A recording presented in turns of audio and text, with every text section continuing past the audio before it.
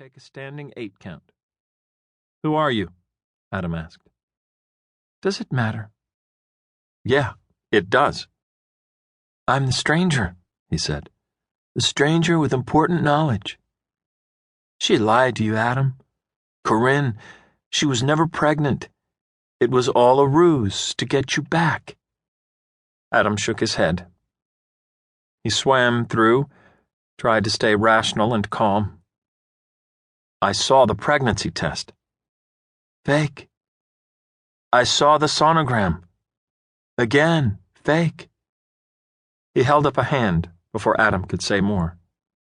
"And yes, so was the stomach. Or should I say stomachs? Once Corinne started to show, you never saw her naked, right? What did she do, claim some kind of late-night sickness so you wouldn't have sex?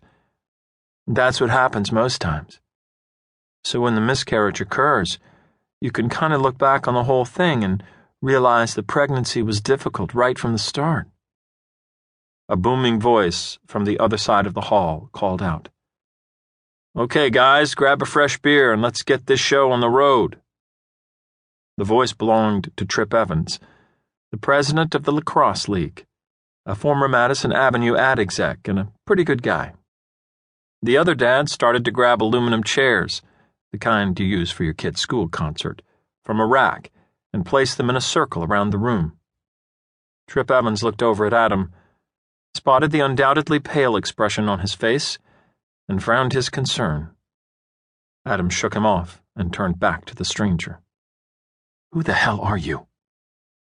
"Think of me as your savior. Or like the friend who just released you from prison." "You're full of crap." All conversation had pretty much ended. The voices were hushed now, the sounds of scraping chairs echoing in the still hall. The fathers were getting their game faces on for the draft.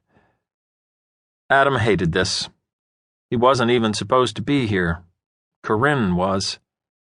She was the treasurer of the lacrosse board, but her school had changed the scheduling of her teachers' conference in Atlantic City.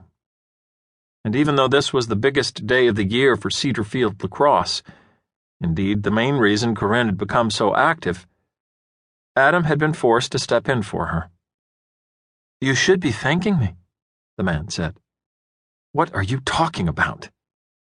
For the first time, the man smiled. It was, Adam couldn't help but notice, a kind smile, the smile of a healer, of a man who just wants to do the right thing.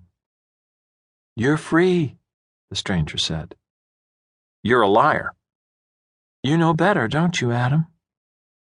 From across the room, Trip Evans called, "Adam!" He turned toward them. Everyone was seated now except Adam and the stranger. "I have to go now," the stranger whispered. "But if you really need proof, check your Visa card. Look for the charge to novelty funsy." "Wait, one more thing." The man leaned in close. "If I were you, I'd probably run DNA tests on your 2 boys." Tick, tick, tick, kaboom. "What?" "I have no evidence on that, but when a woman is willing to lie about something like this, well, it's a pretty good bet it isn't her first time." And then, with Adam dazed anew by this final accusation, the stranger hurried out the door. When Adam managed to get his legs back, he ran after the stranger. Too late. The stranger was sliding into the passenger seat of a gray Honda Accord. The car pulled out. Adam ran to get a closer look, maybe see the license plate, but he could tell only that it was from his home state of New Jersey. As the car made the turn toward the exit, he noticed something else. There was a woman driving the car.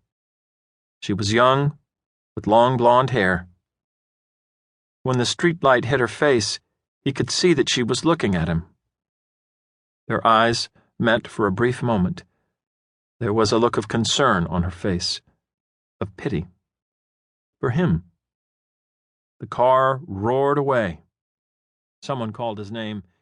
Adam turned.